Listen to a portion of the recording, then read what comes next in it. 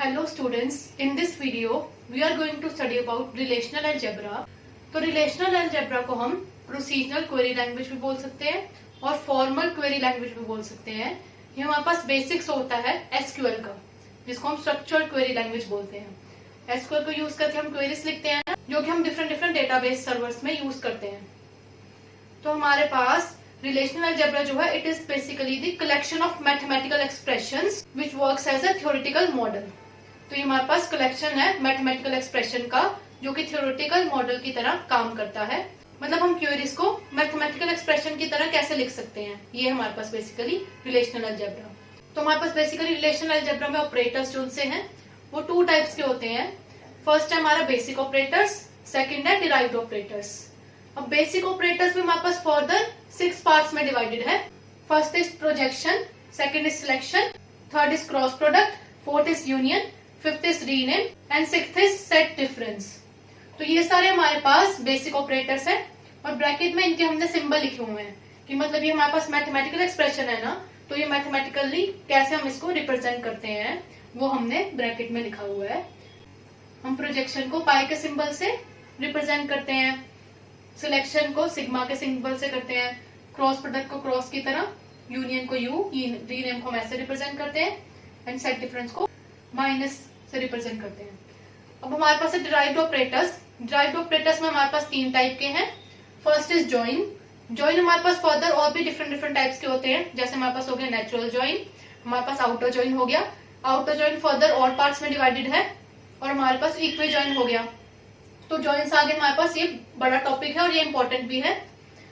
Second is intersect, third is division. तो division में इन दोनों में से कोई भी सिंबल यूज कर सकते हैं हम. तो ये सारे हमारे पास हो गए different types of operators that are used in relational algebra.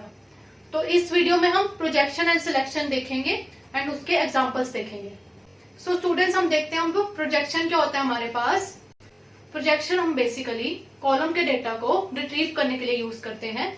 ये हमारे पास प्रोजेक्शन का सिंबल है पाई.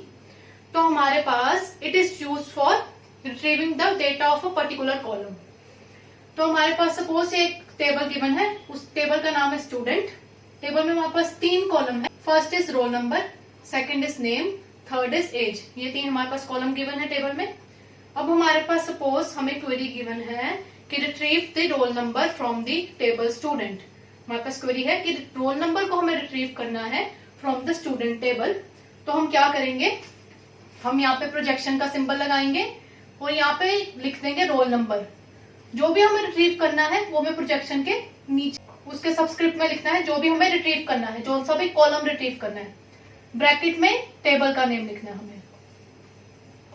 तो ये हमारे पास प्रोजेक्शन का सिंटेक्स है कि हमारे पास हम प्रोजेक्शन का सिंबल लिखेंगे, उसके सबस्क्रिप्ट में हम कॉलम का नेम लिखेंगे जो भी हमें डेटा चाहिए एंड ब्रैकेट में टेबल का नेम लिखेंगे. दिस इज द सिंटेक्स कि हमारे पास पहले हम प्रोजेक्शन डाला हमने, फिर कॉलम जो भी हमें रिट्रीव करना है वो, एंड ब्रैकेट में टेबल का नेम आएगा. अब इससे हमारे पास आउटपुट क्या आ जाएगा, हमारे पास सिंपल ये रोल नंबर वाला कॉलम जो है वो आउटपुट में आ जाएगा. रोल नंबर 1 2 3, इसका हमारे पास ये आउटपुट आ जाएगा. रोल नंबर 1 2 3, क्योंकि हमने सिर्फ एक ही कॉलम लिए रोल नंबर वाला. किससे लिए, स्टूडेंट टेबल से. तो सिर्फ रोल नंबर वाला कॉलम डिस्प्ले हो जाएगा आउटपुट में. अब सपोज हमारे पास सेकंड क्वेरी है, retrieve the names of the student from the table student. मतलब कि हमें नेम वाला कॉलम रिट्रीव करना है फ्रॉम द टेबल स्टूडेंट से. तो अब हम क्या करेंगे, हम यहाँ पे रोल नंबर की जगह पे नेम लिख देंगे क्योंकि अब हमें नेम वाला कॉलम चाहिए. तो हमने यहाँ पे रोल नंबर की जगह पे नेम लिख दिया. बाकी सब चीजें तो सेम है. तो हमने लिखा कि प्रोजेक्शन का सिंबल, साथ में कॉलम का नेम दैट इज नेम, और ब्रैकेट में हमारे पास टेबल का नेम जो कि एज इट इज है. मतलब स्टूडेंट टेबल था पहले भी, अब भी स्टूडेंट टेबल ही है. तो हमारे पास इसका आउटपुट क्या आएगा, आउटपुट आ जाएगा नेम. रोल नंबर की जगह पे क्या आ जाएगा, नेम आ जाएगा आउटपुट. अब यहाँ पे हमारे पास कशिश एंड दिवांशी 2 ही नेम आएंगे क्योंकि कशिश हमारे पास रिपीट है ना. तो ये हमारे पास प्रोजेक्शन की प्रॉपर्टी है और यू कैन से प्रोजेक्शन हमेशा यूनिक रो को ही रिप्रेजेंट करता है. मतलब यहाँ पे ये दोनों रो सेम हो गए ना, कशिश एंड कशिश, तो वो सेम नहीं लेगा. 2 कशिश होंगे तो एक ही कशिश को प्रिंट करेगा वो. मतलब यूनिक, उसमें आंसर यूनिक आएगा हमारे पास हमेशा प्रोजेक्शन में। तो ये हमारे पास इंपॉर्टेंट पॉइंट है कि जब भी हम प्रोजेक्शन यूज करेंगे तब हमारे पास यूनिक रो ही हमें आउटपुट में मिलेगा। तो कशिश हमारे पास यहाँ पे 2 थे, वो आउटपुट में हमें एक ही मिलेगा, दिवांशी एज इट इज आ गया। तो ये मेरा आउटपुट हो गया, नेम वाला कॉलम, साथ में कशिश एंड दिवांशी। तो ये पॉइंट आपको नोट करना पड़ेगा कि हमारे पास यहाँ पे हमेशा यूनिक रो ही रिप्रेजेंट करता है प्रोजेक्शन जो है। सो स्टूडेंट्स, हमारे पास सेकंड टाइप है सिलेक्शन। सिलेक्शन को हम सिग्मा से रिप्रेजेंट करते हैं। तो हमारे पास सपोज यहाँ पे टेबल गिवन है स्टूडेंट, स्टूडेंट में हमारे पास वैसे ही roll number, name and age given है। तो ये हमारे पास 3 कॉलम हो गए स्टूडेंट के टेबल में। और हमारे पास सिलेक्शन जो है वो कब काम करता है? Selection works on tuples, tuples का मतलब rows, where some condition is given. मतलब कि सिलेक्शन रोज पे काम करेगा जहां पे कोई ना कोई कंडीशन गिवन होगी। तो इसकी हम क्वेरी देखते हैं। सपोज हमें दिया है क्वेश्चन में कि retrieve the name of the student whose roll number is equal to 2।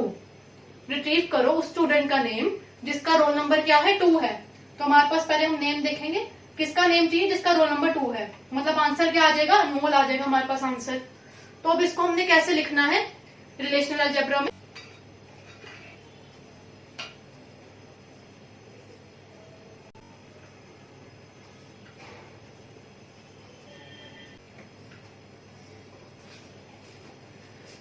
तो यहाँ पे हमने क्या किया, हमें नेम रिट्रीव करना है ना, मतलब हमें नेम वाला कॉलम रिट्रीव करना है।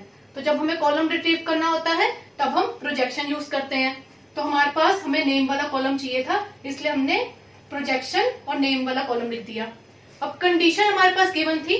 अभी आपको मैंने बताया कि हमारे पास जो उनका सिलेक्शन है वो कंडीशन पे काम करता है, रो की कंडीशन पे काम करता है। तो हमारे पास यहाँ पे हमने कंडीशन के लिए सिलेक्शन लगाया, और कौन से रो की कंडीशन थी? ये सेकंड रो की कंडीशन है ना, 2। तो हमने यहाँ पे कंडीशन लिख दी कि roll number is equal to 2। Selection के सबस्क्रिप्ट में हमने कंडीशन लिख दी roll number is equal to 2, bracket में हमने टेबल का नाम लिख दिया। तो ये इसका सिंटेक्स है कि हमारे पास जब भी हमने सिलेक्शन लगाना है उसके सबस्क्रिप्ट में हमारे पास कंडीशन आ जाएगी जो भी हमें गिवन है, फिर उसके ब्रैकेट में हमारे पास टेबल का नेम आ जाएगा, और जो सा प्रोजेक्शन है वो हमेशा लेफ्ट साइड पे आएगा, सबसे लेफ्ट में आएगा हमेशा प्रोजेक्शन। ये सिंटेक्स है, प्रोजेक्शन हमेशा सबसे लेफ्ट में आएगा। तो हमारे पास क्या होगा, यहाँ पे हमारे पास प्रोजेक्शन, कॉलम नेम, फिर ब्रैकेट में हमेशा सिलेक्शन और कंडीशन आएगी, एंड ब्रैकेट में हमारे पास टेबल नेम। तो ये हमारा सिंटेक्स है सिलेक्शन का कि हमारे पास projection, column name, selection, condition and bracket में टेबल नेम। हम नेक्स्ट वीडियो में रिलेशनल अलजेब्रा के आगे के पार्ट्स देखेंगे। अगर आपको इस वीडियो में कोई डाउट है आप नीचे कमेंट्स कर सकते हो। Thank you.